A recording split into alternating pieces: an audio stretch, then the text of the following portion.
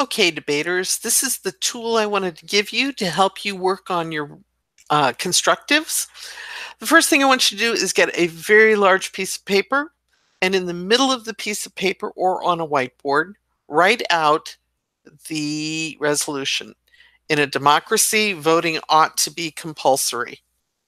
Now, you remember when I asked you to get all those definitions? Now you're going to need them.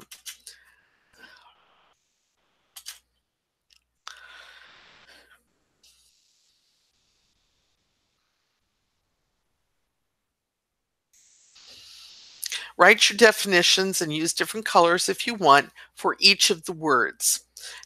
Now, include your sources if you can, or keep track of your sources on a specific or on your note cards or page or however you've collected them. Doesn't really matter to me. Just make sure you keep track of them because you will be asked to cite them later on. So I have two particular sources. You can see here I sourced Collins and I also sourced Merriam-Webster. Like I say, you don't have to get too involved with this. Now, there are lots of places you can be looking up words.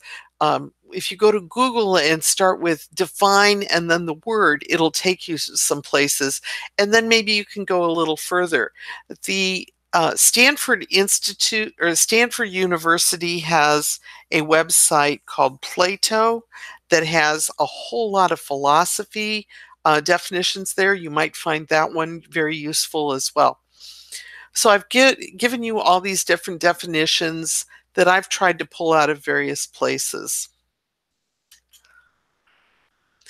Now you take these different definitions and you combine them in different ways.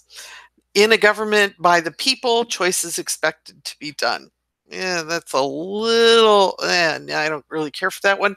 In a practice of social equality, one should be forced to indicate an opinion. Boy, I really hate the word forced in there, but that's kind of implied with the word ought and compulsory.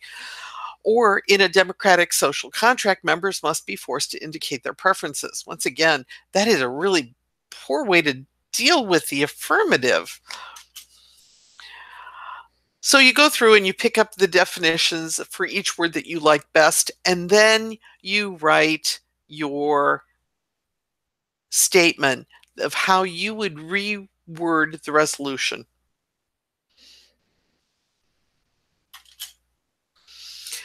Based on how you've reworded it, you should pick a value and a value criterion for the affirmative. The value might be equality, and the value criterion may be supporting civil rights. That's how you could look at this. There's lots of different options.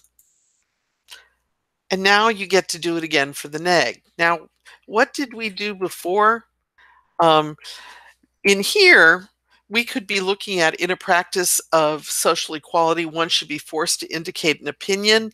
That could be a really good statement to help you argue against the case. So when you're doing this, first start with your affirmative, then start with your negative, but keep track of what you're doing because you may find things that work well on the AF will inspire you to pick a good neg as well. Thanks for listening. I will see you shortly. Bye.